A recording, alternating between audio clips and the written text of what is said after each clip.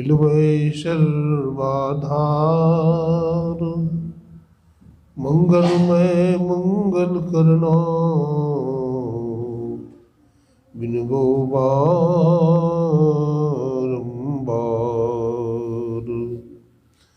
धन्य धन्य सद्गुरु सुखदाय, महिमा कही न जाय। जो कछु कहूँ तुम्हारी कृपा, मोते कछु न बसाय।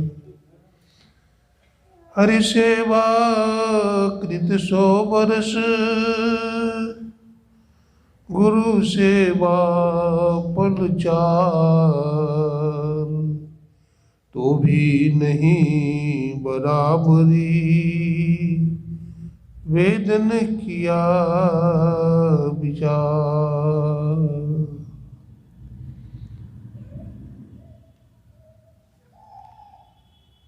बोलिए प्रेम से श्री सद्गुरु महाराज की जय।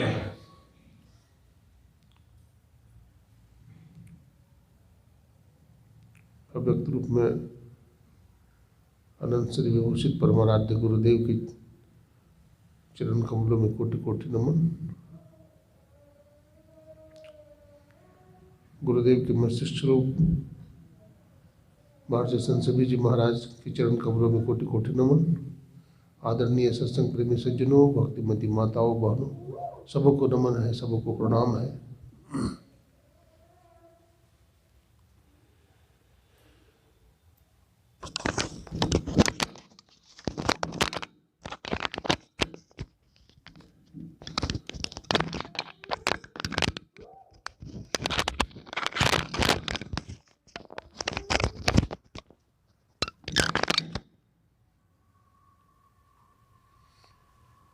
अभी आप लोगों ने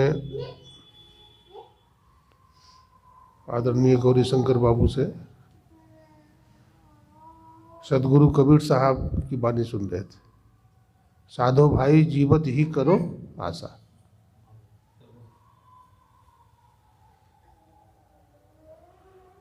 कबीर साहब बतलाना चाहते हैं इस भजन के माध्यम से कि इस मानव देह से ही तुम कर्म करके, साधना करके जीवन मुक्ति की दशा प्राप्त कर सकते हो।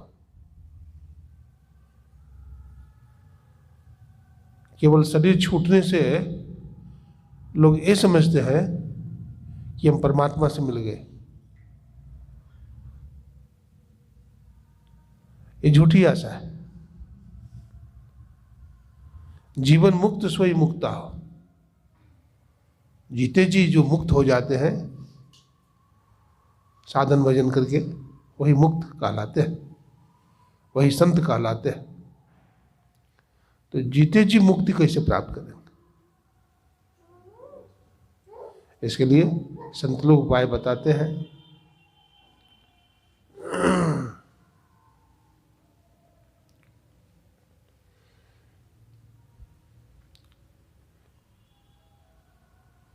हमारे गुरु महाराज ने त्रिकाल संध्या बताया।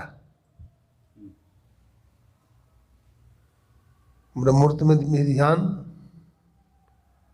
अपराह्न काल में ध्यान और सायंकालीन ध्यान। जो साधक दीक्षा लेकर के त्रिकाल संध्या करता है, ऐसा हमारे वेदों में भी वर्णन मिलता है। जो त्रैकालीन संध्या करता है तो वो जीवन मुक्ति की दशा को प्राप्त करता है। इसके लिए भगवान श्री कृष्ण ने भी उद्धव को बताया है, शरीर गर्दन मस्तक को सीधा करके समतल भूमि पर अपना आसनी बिछा करके बिल्कुल सामने में देखे, अपने इष्ट प्रदत्त मंत्र का जप करे और इष्ट प्रदत्त रूप का ध्यान भी करें। गुरुदेव सत्संग योग के चौथे भाग में लिखा है, अपने इष्ट के मंत्र जपने से और अपने इष्ट के रूप का ध्यान करने से जो दर्शन मिलता है उससे ईश्वर की प्राप्ति हरगिज नहीं हो सकती। यानी केवल मानस जप करने से, मानस ध्यान करने से ईश्वर के स्वरूप दृष्टिगोचर नहीं होता है। तो ईश्वर का स्वरूप तो नादानुसंधान से ही प्राप्त होता है।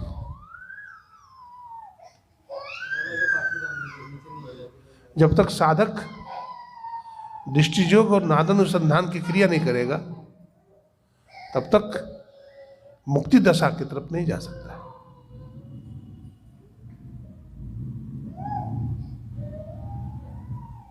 जीवत समझे जीवत बूझे जीवत मुक्त निवासा, जीवत कर्म की फांस न काटे मुझे मुक्त की आशा। साधो भाई जीवत ही करो आशा, तम छूटे जी मिलत कहत है सो सब झूठी आशा।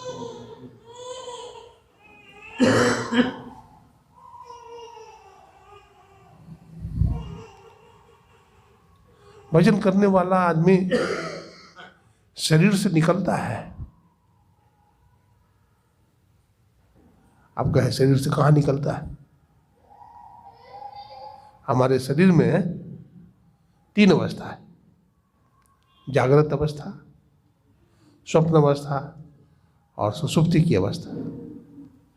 तो 3 अवस्था में जैसे अभी जगे हुए हैं, तो हम लोगों का प्राण कहाँ है? आंख में। स्वप्न में चले जाएंगे तो प्राण उतर के कंठ में आ जाएगा। ये बताइए, जगा हुआ अवस्था में बेसिक ज्ञान रहता है या स्वप्न की दशा में बेसिक ज्ञान रहता है? क्या बोलिएगा? जगा हुआ अवस्था में बेसिक ज्ञान रहता है, उसमें शरीर का भी ज्ञान होता है और संसार का भी ज्ञान रहता है। लेकिन जब हम स्वप्न में आ जाते हैं, जब प्राण शक्ति उतर करके कंठ में आ जाता है, तो स्थान भेद से अवस्था भेद और अवस्था भेद से ज्ञान भेद होता है। तब क्या होता है? ज्ञान घट गया है। संत कहते हैं कि जब हम ऊपर से नीचे आते हैं तो ज्ञान घटता है। तो आंख में थे तो बेसिक ज्ञान था, अब आंख से उतर करके कंठ में आ गए तो ज्ञान घट गया ना, ज्ञान घट गया। जरा सा गहरी नींद में कोई चला जाए तो प्राण उतर के हृदय में आ जाता है, तो कंठ से हृदय का स्थान और नीचे है, तो ज्ञान और घट गया, है कि नहीं? तो जैसे जैसे ऊपर से हम नीचे आते हैं वैसे वैसे ज्ञान घटता है, और जैसे जैसे नीचे से ऊपर जाते हैं वैसे वैसे ज्ञान बढ़ता है। अब जरा सा ये, जहाँ जागृत अवस्था में आंख में थे, जागृत अवस्थायाम तो नेत्रस्थम, जागृत की अवस्था में हम दोनों बहुओं के बीच में थे, या दोनों आंखों के बीच में कहिए, दोनों आंख के बीच में कहिए, ठीक है, जगा हुआ अवस्था में। तो जगा हुआ अवस्था में दोनों आंख के बीच में थे। संत कहते हैं कि ध्यान की गहराई में तुम उतर गए, हाँ, यानी तुरीय अवस्था में चले गए, तो आप आंख से भी ऊपर आज्ञा चक्र में चले गए। आज्ञा चक्र से भी ऊपर की अवस्था है तुरीय अतीत अवस्था। अगर तुरीय अतीत अवस्था में त्रिकुटी मंडल में, अथवा त्रिकुटी मंडल से भी ऊपर भंवर गुफा में, कैवल्य मंडल में चले गए, तब आपका ऊर्ध्वगमन और हो जाता है। गुरु महाराज कहते तजो पिंड, पिंड को छोड़ो, ब्रह्मांड में चले जाओ। पिंड को छोड़ो, पिंड बने शरीर, शरीर को छोड़ो तो ब्रह्मांड में चले जाओ। तो शरीर को कैसे छोड़ा जाता है? साधना के द्वारा। हमारे गुरु महाराज कहते थे, देखो जी, भजन करने से अनुकूलता मिलती है। भजन करोगे आप ईमानदारी के साथ तो अनुकूलता क्या मिलेगी? आप जो चाहोगे वही हो जाएगा। आप जो चाहोगे वो हो जाएगा। आप भजन नहीं करोगे तो चाहोगे कुछ होगा कुछ। हाँ, इसलिए भजन से अनुकूलता बनती है। वैसे अनुकूल कभी भी नहीं होगा। एक बार की बात है, कुछ महात्मा लोग कुप्पा घाट में थे। तो कुप्पा घाट में काम करना होता था, सेवा करनी पड़ती है। तो लोगों ने सोचा कि यहाँ तो काम करना पड़ता है, हरिद्वार में फ्री का रोटी मिलता है, कुछ काम करना नहीं पड़ता है, सबको रोटी मिल जाती है वहाँ, तो हरिद्वार ही चले जाएंगे, सबसे अच्छा है। तो वो दोनों तैयार हो गया, चारों महात्मा, कि भाग जाएंगे आज। तो गुरु महाराज तो अंतर्यामी थे। तो गुरु महाराज कहते हैं उसको भागने के पहले, सुनो जी आप लोग कहाँ जा रहे हो? तो गुरु महाराज, हम लोग हरिद्वार जाने को सोच रहे हैं, भाग जाने को सोच रहे हैं। तो क्यों? तो गुरु महाराज सही सही बता दिया। बोला हुजूर यहाँ काम करना पड़ता है, इसलिए हम लोगों ने सोचे कि हरिद्वार ही भाग जाएंगे, वहाँ काम करना नहीं होगा। तो गुरु महाराज कहते हे हो सुनो, तू की बुझे छो? हरिद्वार में कल्याण हो जीते नहीं होते हैं हरिद्वार में कल्याण। देखो अनुकूलता कहीं नहीं छे, अनुकूलता दुनिया में कहीं नहीं छे, अनुकूलता बनावे पड़ी छे। अनुकूलता बनाइए, बना बनाया अनुकूलता कहीं नहीं मिलेगा, अनुकूलता बनाना पड़ता है। जिस घर में, जिस परिवार में, जिस समाज में रहते हैं उसी को अनुकूल बनाइए। बोलते घर द्वार छोड़ देंगे, चले जाएंगे नहरा। हाँ ऐसा भी बोलते हैं, लड़ाई हुआ, घर में हुआ खटपट, तो चल जाएंगे नहरा। नहरा में कई दिन रहिएगा। अपने ससुराल को ही अनुकूल बनाइए, अपने ससुराल को ही अनुकूल बनाइए। सेवा कीजिए। देखिए घर में खटपट होता है, परिवार में खटपट होता है, हम सेवा नहीं करना चाहते हैं, सेवा कीजिए। जरा विचार करिए, घर में मान लीजिए ननद आई है, ठीक है, अथवा घर में देवरानी जेठानी है, और किसी का बच्चा छोटा है, किसी का बच्चा बड़ा हो गया है, तो भी झगड़ा किस बात की हो जाती है कि वो उतना काम किया तो हम भी उतना ही करेंगे। ये बुद्धिमत्ता है? नहीं है, ये बुद्धिमत्ता नहीं है। तुम्हारा बच्चा सयाना हो गया है, उसका बच्चा छोटा है, रोता है, हाँ, वो कम काम करेगी, आप बेसी काम कर लो, क्या दिक्कत है? कुप्पा घाट की बात है, एक ब्रह्मचारी था तो बड़ा सेवा करता था। तो जून का महीना में भी वो रोटी बनाता था, मैं देखता था नज़र से। जून के महीना में भी रोटी बनाता था, पसीने पसीने रहता था। तो कुछ लोगों ने बहकाया उसको, ए जी सुनो, कोई साधु काम करता नहीं है, तुम इतना क्यों मजदूर की तरह काम करता है, पसीने पसीने रहते हो? तो हंसते हुए बोला कि हम साधु महात्मा की सेवा करते हैं तो इसका फल हमें को नहीं मिलेगा। देखिए कितना अच्छा बात बोल। अरे आप सास ससुर की सेवा करिएगा, आप पति की सेवा कीजिएगा तो इसका फल आप ही को मिलेगा ना। इसलिए कुछ नहीं जान तो सेवा ठान। पहली बात है सेवा कीजिएगा तो अनुकूलता बनेगी। किसी की सेवा से आपकी सेवा ऊपर होना चाहिए, नहीं, आप वैसी सेवा कीजिए, आपका शरीर भी स्वस्थ रहेगा, बीमारी नहीं होगी आपको। आजकल तो बीमारी लोग मोल खरीदते हैं, काम धंधा नहीं कीजिएगा तो बीमारी ही लगेगी। इसलिए खूब काम करिए, झाड़ू लगाइए, बहुत बड़ा एक्सरसाइज है झाड़ू लगाना। हाँ, सुबह सुबह झाड़ू पोछा जो लगाता है वो काहे को बीमार होगा? सुबह में मॉर्निंग वॉक करिए, टहलिए, तो शरीर आपका अच्छा रहेगा। शरीर स्वस्थ रहेगा तभी न मन भी स्वस्थ होगा। कालिदास जी महाराज ने लिखा, शरीर माध्यम खलु धर्म साधनम। शरीर धर्म का साधन है। शरीर अगर अस्वस्थ हो जाएगा तो क्या भजन करेंगे आप? नहीं कर सकते। इसलिए शरीर को भी आप स्वस्थ रखिए, खान पान में कंट्रोल रखिए, ब्रह्ममुहूर्त में जरूर जागिए, और ब्रह्ममुहूर्त में जाग करके ध्यान जरूर करिए। अपराह्न काल में कीजिए, सायंकाल में कीजिए, चलते फिरते मानस जप कीजिए। जप में बड़ी शक्ति है।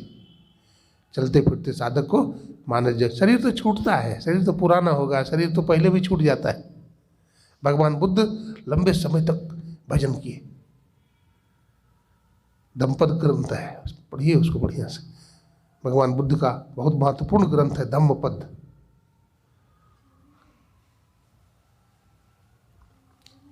त्रिपिटक है, बहुत सारा ग्रंथ है बौद्धों का। भगवान बुद्ध बहुत ऊंचे दर्जे के साधक थे। भगवान बुद्ध की सेवा में आनंद रहता था। तो उस जमाने में सब राजा का बेटा सन्यासी बना, सब राजा का बेटा था। भगवान बुद्ध को देख करके लोगों को प्रेरणा मिली। भगवान बुद्ध का मौसेरा भाई जो आनंद था, मौसेरा भाई था, ये भी राजा का बेटा था। सारिपुत्र राजा का बेटा था। महामुदगल्यान राजा का बेटा था। काश्यप राजा के बेटे थे। कोई गरीब का बेटा नहीं था। और सब धान्य धान्य से परिपूर्ण था। उसके जीवन में शांति नहीं थी। वो शांति की खोज में परमात्मा के विरह में निकला था, तो परमात्मा की प्राप्ति भी कर लेते थे। देखिए, ईश्वर तभी मिलते हैं जब जीवन में वैराग्य हो, आग एकदम गर्म हो, है ना। आग का ठिंगोरा होता है ना, एकदम गर्म लाल होता है। साधु का कपड़ा लाल क्यों होता है? आग लाल क्यों होता है जानते हैं? आग जो है जला देगा किसी चीज को। जिन्होंने काम विकार को जलाया है वही कांसाय वस्त्र का अधिकारी हो सकता है। जो केवल खाल ओढ़ लिया है, काम क्रोध पर विजय प्राप्त नहीं किया है, वो तो केवल खाल ओढ़े हुए आदमी। न उसकी वाणी में बल है, न उसके शरीर में ओज है, न तेज है, वो मरा हुआ है। इसलिए जीवन में सम दम होना चाहिए। माइक में बोलते हैं ना, आवाज आप लोग सुन रहे हैं, बाहर के लोग भी सुनते होंगे। ये डेड नहीं है।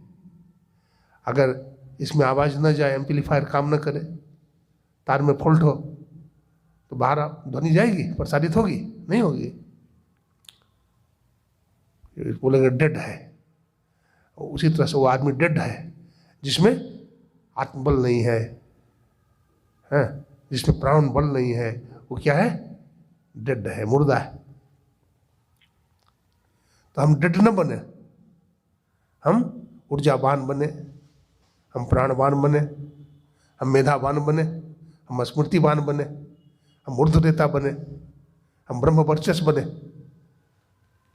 ब्रह्मचर्य का पालन नहीं करते लोग। आज लोग भोगी हो गए। हमारा वेद कहता है, हमारे ब्रह्मचारी लोग कठोर ब्रह्मचर्य का पालन करते थे। गुरु की आगे आप देखिए, उपनिषद है, एक उपनिषद का नाम है बृहदारण्यकोपनिषद। बृहत मन बड़ा और अरण्यक मन जंगल। जिस उपनिषद को जंगल में पढ़ाया जाता था, सदगुरु पढ़ाते थे अपने शिष्य को, कठोर अनुशासन में रखते थे, हैं? कठोर अनुशासन में रखते थे, जहाँ पर नारी का से मुलाकात भी नहीं होती थी। यहाँ तक हमारे संन्यास धर्म में लिखा हुआ है कि नारी की मूर्ति भी साधक न देखे। हाँ, अब कितना कठोर अनुशासन है। लेकिन फिर भी हमारे ऋषियों ने कहा कि नहीं, ठीक है, अपनी माँ के समान समझो, अपनी बहन के समान समझो, है ना। अपनी माँ भी होती है, बहन भी होती है, तो उसके प्रति हमारी भावना अच्छी रहती है। तो सबके प्रति अच्छी भाव रखो, अच्छी भावना रखो, तब इन विकारों से तुम बच सकते हो। सम्यक बुद्धि है। सम्यक बुद्धि कैसे होगी? समता की प्राप्ति है। दृष्टि योग की साधना से समता की मिलती है। तो कहने का मतलब है कि जब आनंद भगवान बुद्ध की 39 वर्षों तक सेवा की, बताइए 39 वर्ष कितना होता है? भगवान बुद्ध ने एक दिन कह दिया, आनंद, मैं अपना शरीर को परित्याग करूंगा, 10 दिन के बाद शरीर छोड़ दूंगा। हमारी यात्रा पूरी हो गई। लेकिन भगवान बुद्ध को तनिक भी ये कहते, तनिक भी लड़खड़ाए नहीं, उसी तरह हंसता हुआ चेहरा। तो ब्रह्मज्ञानी का लक्षण यही है। उसके लिए जीना क्या है, उसके लिए मरना क्या है, तो कपड़ा बदलना है ना। तो रोता वो आदमी है जिसको ज्ञान नहीं है, जो समझता है हम तो मर जाएंगे, कपड़ा बदलता है। हमें तो ऐसा लगता है कि महापुरुष को और ज्यादा खुशी होती है कि पुराना कपड़ा फट गया और नया कपड़ा पहन लेंगे। तो पुराना नया कपड़ा पहनने में सबको खुशी होती है नहीं, तो जीव जो है नया कपड़ा पहनता है। भगवान कृष्ण कहते हैं वासांस जीर्णानि यथा विहाय नवानि गृह्णाति नरोपराणि तथा शरीराणि विहाय जीर्णा नन्यानि संजाति नवानि देहि। अर्जुन, जैसे व्यक्ति का कपड़ा जब पुराना होता है तो नया कपड़ा धारण कर लेता है, ठीक उसी तरह से जीवात्मा एक शरीर को छोड़ करके दूसरा शरीर धारण करता है। एक ज्ञान की अवस्था है ना। ज्ञानी भोगे ज्ञान से, अब मूर्ख भोगे रोए। ज्ञानी आदमी ज्यादा रोता नहीं है, वो ज्यादा चिंता नहीं करेगा। अज्ञानी आदमी मुंह लटकाए बैठा रहेगा। हाँ, अजी ये कैसे होगा, अजी वो कैसे होगा। अरे सब होगा, सब होगा।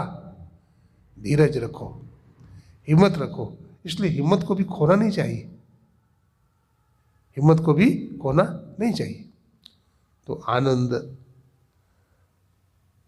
रोने लगा। भगवान बुद्ध आज शरीर छोड़ने वाले हैं। भगवान बुद्ध ने कहा कोई अंदर नहीं आएगा। एक बिच्छू था अंदर में, आनंद भी बाहर में था। आनंद आया, दरवाजा खटखटाया।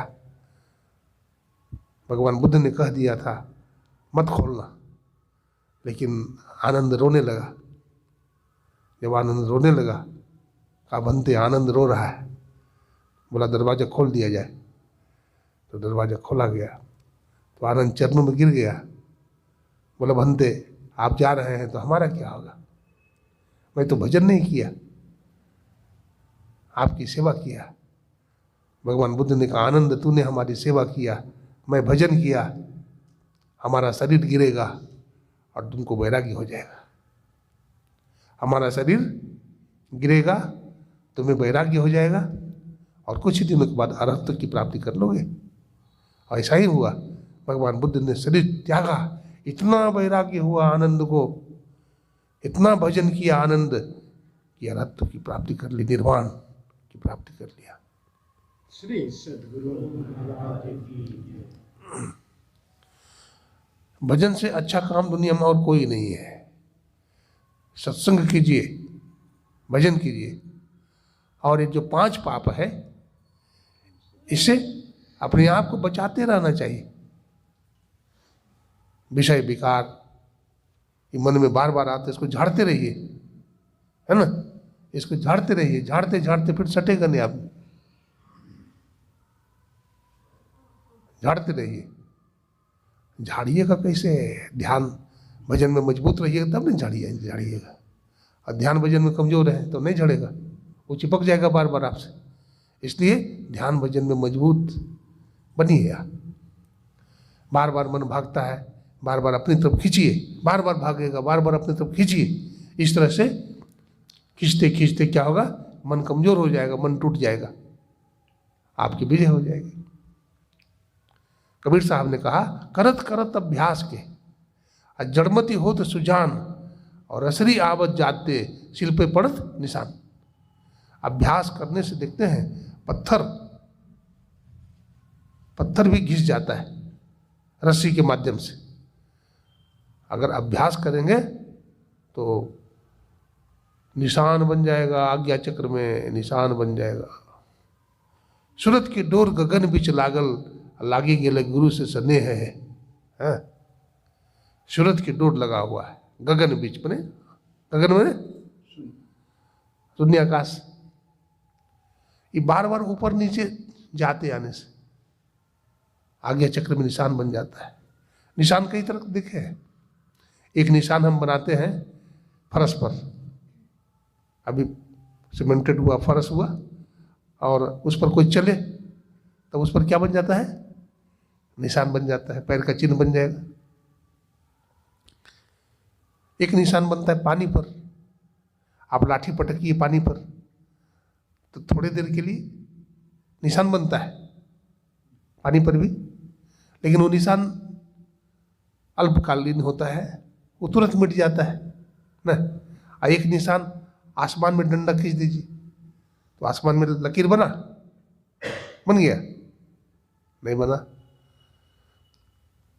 तो ब्रह्मज्ञानी जो महापुरुष होते हैं उनका लकीर कैसा होता है? आसमान में खींचा हुआ डंडा, आसमान में खींचा हुआ लकीर न।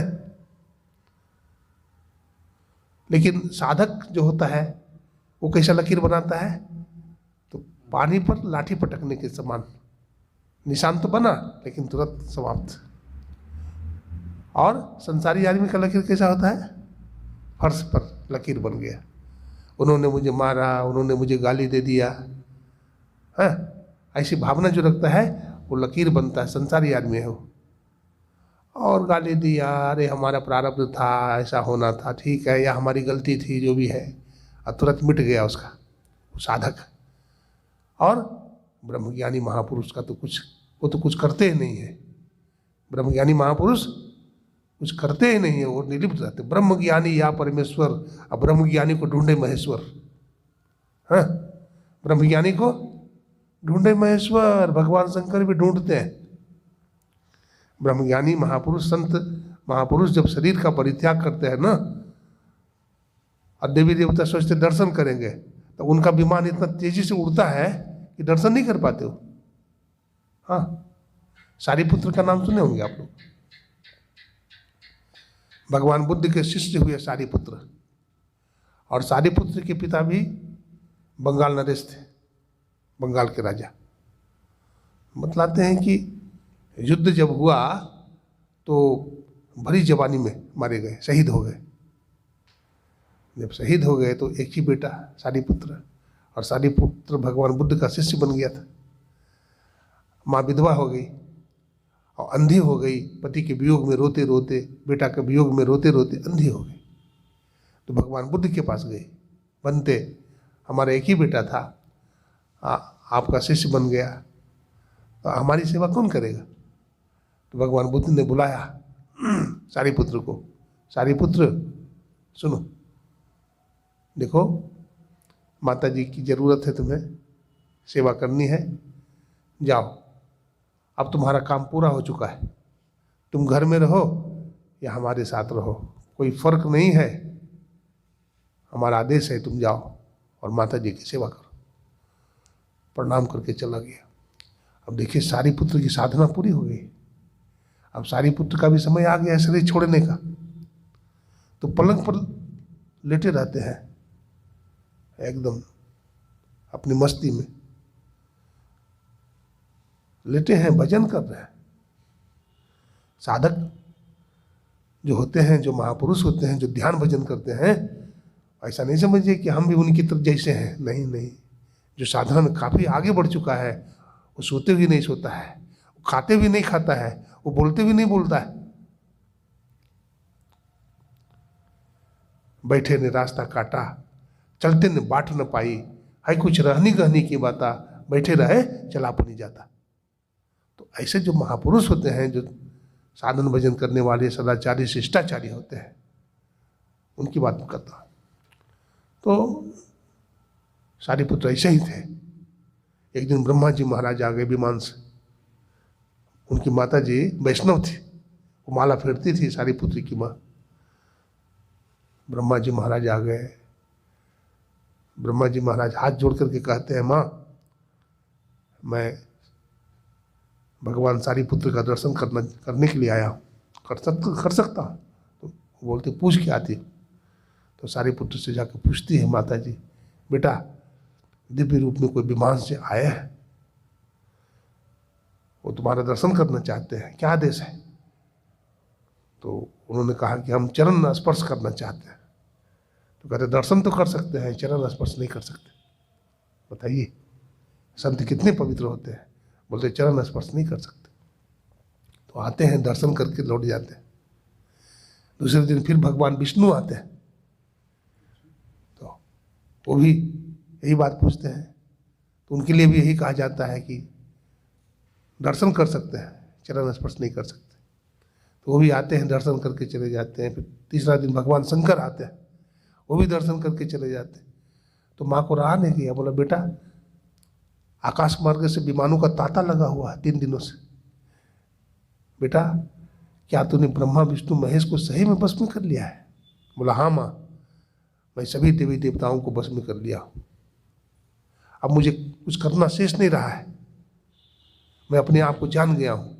अपो दीपो भव, भगवान बुद्ध कहते हैं अपो दीपो भव, अपना दीपक बनो तुम, अपना। इसी को गुरुदेव कहते हैं, क्या कहते हैं, अंतः प्रकाश की प्राप्त करने की बात बोलते हैं। अद्भुत अंतर की डगरिया है, अद्भुत अंतर की डगरिया जहाँ पर चलकर प्रभु मिलते। तो अंदर की जो डगरिया है, अंदर का जो रास्ता है, उस रास्ता पर चलकर के प्रकाश और शब्द की प्राप्ति साधक करता है। और इसी जो प्राप्ति करता है उसके बारे में क्या कहा जाएगा। तो ऐसे थे सारिपुत्र जी महाराज। और सारिपुत्र जी महाराज ने फिर शरीर का परित्याग किया, माँ को भी आशीर्वाद दे दिया, माँ मैं जा रहा हूँ और तुम्हारा भी काम बहुत जल्दी पूरा हो जाएगा। और भगवान बुद्ध ने अपना शरीर का परित्याग कर दिया। तो मानव जीवन का लक्ष्य यही है, हम भी अपने जीवन में यही करना चाहिए। जीवन मुक्त सोई मुक्ता हो, कबीर साहब की वाणी तभी चरितार्थ होगी जब हम साधन भजन करेंगे। तो करने का बहुत बात है, इतना ही कहा, रात हो गई है। बोलिए प्रेम से श्री सद्गुरु महाराज की जय।